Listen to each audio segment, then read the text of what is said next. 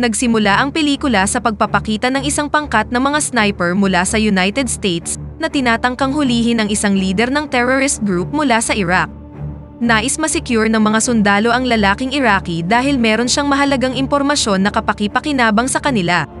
Sa kabilang banda, ilang miyembro ng terrorist group ang makikitang patungo sa pick-up point gamit ang isang lihim na ruta, at hindi sila papayag na manahimik na lang nang makitang malapit ng mahuli ng mga sundalo ang kanilang pinuno. Nais nilang hadlangan ang pagsisikap ng mga sundalo, at isa rito ay ang pag-disable muna sa sniper squad. Nawala sa kontrol ang sitwasyon dahil nagawa silang makorner ng mga terorista, kaya ang leader ng sniper squad na si Frank ay determinadong gumawa ng isang hindi planadong aksyon, katulad ng pagpatay sa leader ng terorista at sa kanyang pamilya. Makalipas ang 10 taon, si Frank, na ngayon ay wala na sa serbisyo, ay hindi itinatangging dinadalaw pa rin siya ng konsensya dahil sa insidente ng pamamaril na labis na nagpapabigat sa kanyang isipan dahil hindi niya pwedeng sabihin kahit kanino ang tungkol dito. Ngayong hindi na siya isang sundalo, madalas na ginugugol ni Frank ang kanyang oras sa pagmamanage ng kanyang car workshop na naging trabaho na niya ngayon upang mabuhay. Noong araw na yon, natapos na ni Frank at ng isa sa kanyang mga empleyado ang kanilang trabaho sa pag-aayos ng sasakyan ng isang customer, at plano nilang i-deliver ang sasakyan pabalik sa kanya. Kinagabihan, si Frank, na ngayon ay nakatira na sa kanyang asawa na si Cassie, at kanyang anak na babae na si Shannon, ay magkasamang naghahapunan. Hiniling sa kanya ni Cassie na dalhin sila ni Shannon sa isang weekend getaway. Nang sabihin ni Frank na kailangan niyang dalhin ang inayos na sasakyan sa bahay ng isang customer, ipinilit ni Cassie na sasama siya. Dahil sa patuloy na pagpupumilit ni Cassie, pumayag na si Frank na isama sina Cassie at Shannon, bagamat nakaramdam siya ng kaunting pag-aalala dahil ang customer ay walang iba kundi isang crime lord na dati niyang nakatrabaho. Kalaunan, nakarating na si Frank sa bahay ng crime lord. Gayunpaman, sa isang hindi matukoy na kadahilanan, nakasagupan ni Frank ang isa sa mga tauhan ng crime lord at nakipag-away sa kanya. Hindi nagtagal, dumating ang isang lalaking nagngangalang Lazarus na siyang kanang kamay ng crime lord at agad na namagitan. Pagkatapos nito, isinama ni Lazarus si Frank upang makipagkita sa crime lord na nagngangalang Leo. Nakatanggap si Frank ng isang envelope mula kay Leo na naglalaman ng sobra-sobrang pera upang bayaran ang pagkumpuni ni Frank ng kanyang sasakyan. Lumalabas na sinadya ito ni Leo dahil gusto niyang alukin si Frank na muling magtrabaho para sa kanya bilang isang hitman. Gayunpaman, tinanggihan ni Frank ang alok na trabaho. Sa kabila nito, binigay pa rin ni Leo ang envelope na may kasamang pera at hinayaan siyang umalis doon. Ang totoo, gusto talagang tanggapin ni Frank ang alok ni Leo, ngunit dahil pamilyadong tao na siya ngayon, na-realize niyang mailalagay nito sa panganib ang buhay ni Cassie at Shannon, at ayaw niyang mangyari ito. Kinagabihan, nanonood si Frank ng isang programa sa telebisyon na nagre-report tungkol sa pagkamatay ng anak ni Leo dahil sa hit and run. Labis siyang nagulat sa napanood na balita, lalo na't alam niya kung gaano kamahal ni Leo ang kanyang anak na babae. Hindi nagtagal, binisita si Frank ni Lazarus, na sinabing nais ni Leo na humingi ng tulong sa kanya upang maipaghiganti ang pagkamatay ng kanyang anak. Noong una, tumanggi si Frank dahil ayaw na niyang bumalik sa mundo ng mga gangster, ngunit dahil pinagbantaan ni Lazarus ang kanyang pamilya, wala na siyang naging ibang choice kundi ang sumunod. Sa kabilang banda, nakita ni Cassie ang pagdating ng mga tauhan ni Lazarus at Leo sa kanilang bahay, at nagtanong kung bakit gusto nilang makita si Frank sa ganitong oras ng gabi. Dahil tumanggi si Frank na ipaliwanag ang mga detalye kay Cassie, nagalit ito at sinampal siya. Gayunpaman, hindi niya ito pinansin at pagkatapos ay umalis kasama si Lazarus. Pagkarating sa bahay ni Leo, nakita ni Frank na sobrang malungkot pa rin ang crime lord at depressed sa pagkamatay ng kanyang anak na babae.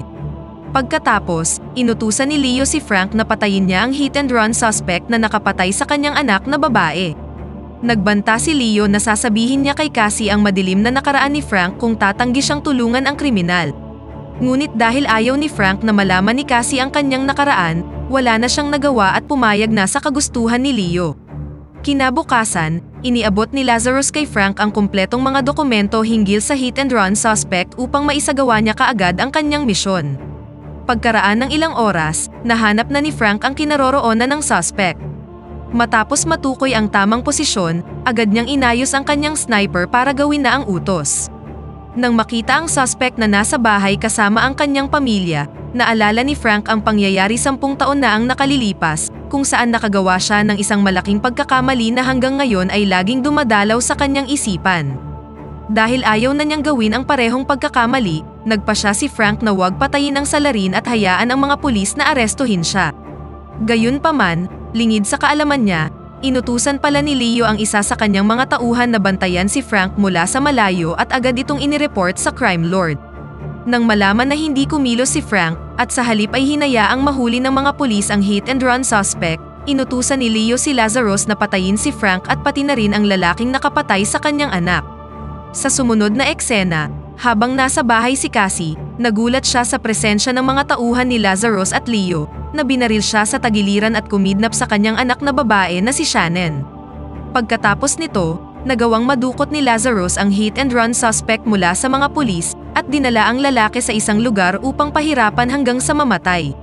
Samantala, si Frank nakakarating lang sa bahay, ay labis na nagulat nang makitang nakahandusay si Cassie at isinugod ang kanyang asawa sa ospital.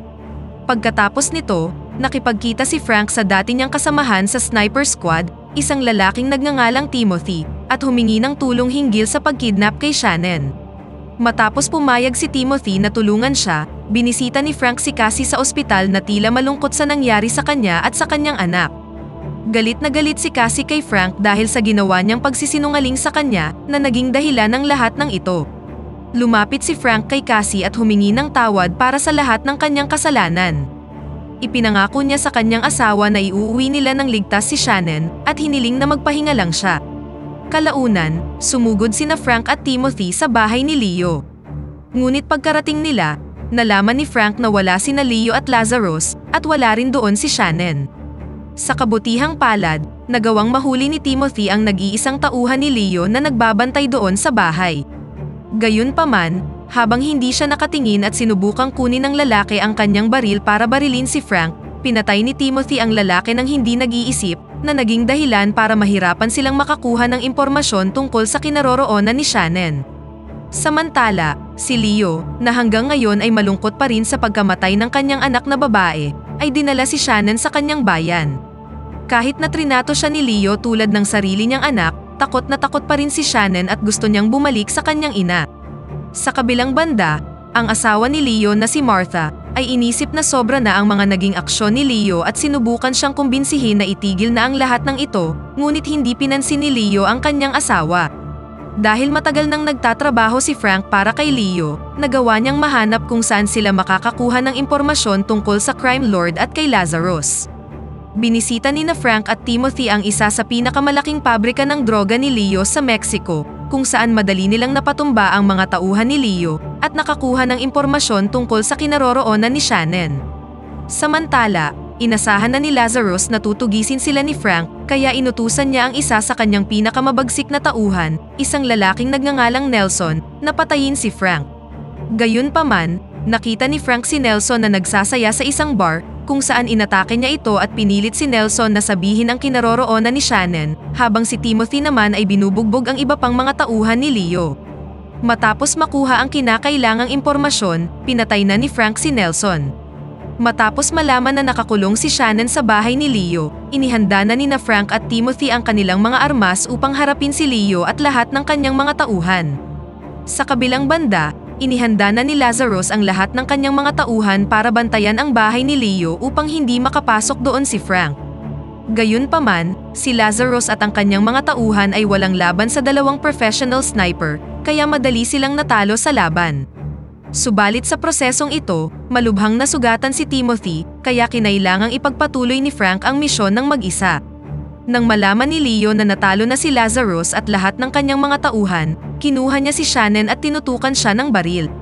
Hinarap siya ni Frank at hiniling kay Leo na ibigay sa kanya si Shannon at ipinangakong hahayaan siyang mabuhay. Sinubukang kumbinsihin ni Martha si Leo na palayain si Shannon dahil kung tutuusin, hindi naman nila ito anak at may sarili siyang pamilya na mahal siya. Gayunpaman, hindi pinansin ni Leo ang lahat ng yun at naghanda ng barilin si Frank. Nang makakita si Shannon ng pagkakataon, kinagat niya ang kamay ni Leo, dahilan upang sandaling mabaling ang atensyon ng crime lord kay Frank. Ibinato ni Frank ang kanyang kutsilyo sa puso ni Leo na agad namang ikinamatay ng kontrabida. Sa huling eksena, iniuwi na ni Frank si Shannon at tinupad ang kanyang pangako kay Cassie. Napatawad na rin siya ng kanyang asawa at tinanggap kung sino talaga siya, at dito na nagtatapos ang pelikula. Pakipindot naman ang like button kung nagustuhan mo ang pelikula at kung hindi naman, pindutin mo ng 2 beses ang dislike button para lang makasiguro.